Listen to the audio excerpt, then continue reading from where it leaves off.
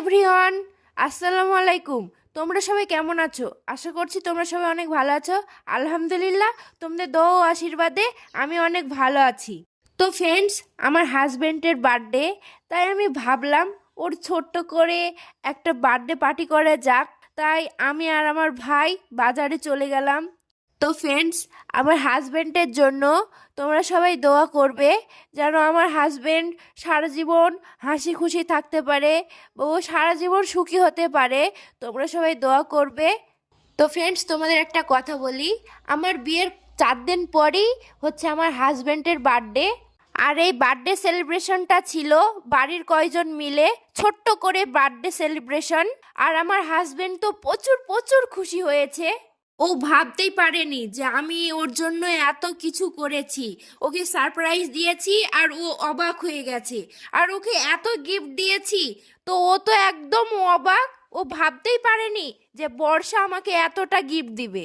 তোমরাও দেখো আমার গিফটগুলো কেমন লাগছে বা কেমন হয়েছে, তোমরাও অবশ্যই কমেন্টে জানাবে। এই গেঞ্জিটা আমার বর যদি পরে কেমন লাগবে তোমরা অবশ্যই কমেন্টে জানাবে। আর এই যে দেখতে পাচ্ছ একটা শীতের জন্য হুডি নিয়েছি, এগুলোর নাম হচ্ছে হুডি সোয়েটার। তো কেমন লাগছে তোমরা অবশ্যই কমেন্টে জানিও। আর এরপর আছে বড় ধরনের সারপ্রাইজ, তোমরা অবশ্যই কন্টিনিউ দেখতে থাকো, অনেক এনজয় করবে। তো ফ্রেন্ডস, এরপর রয়েছে ওর জন্য অনেক কিছু।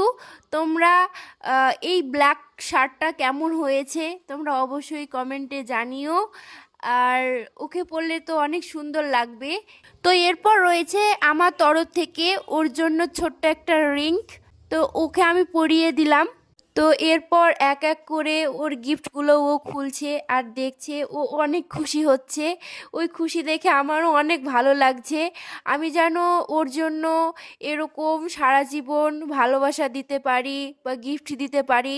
তোমরা সবাই দোয়া করবে ওর জন্য, আমি যেন ওকে সবসময় হাসি খুশি রাখতে পারি। শোনো আমার হাজবেন্ড জান, আমার মনের কথা তোমাকে 2 লাইন বলতে চাই।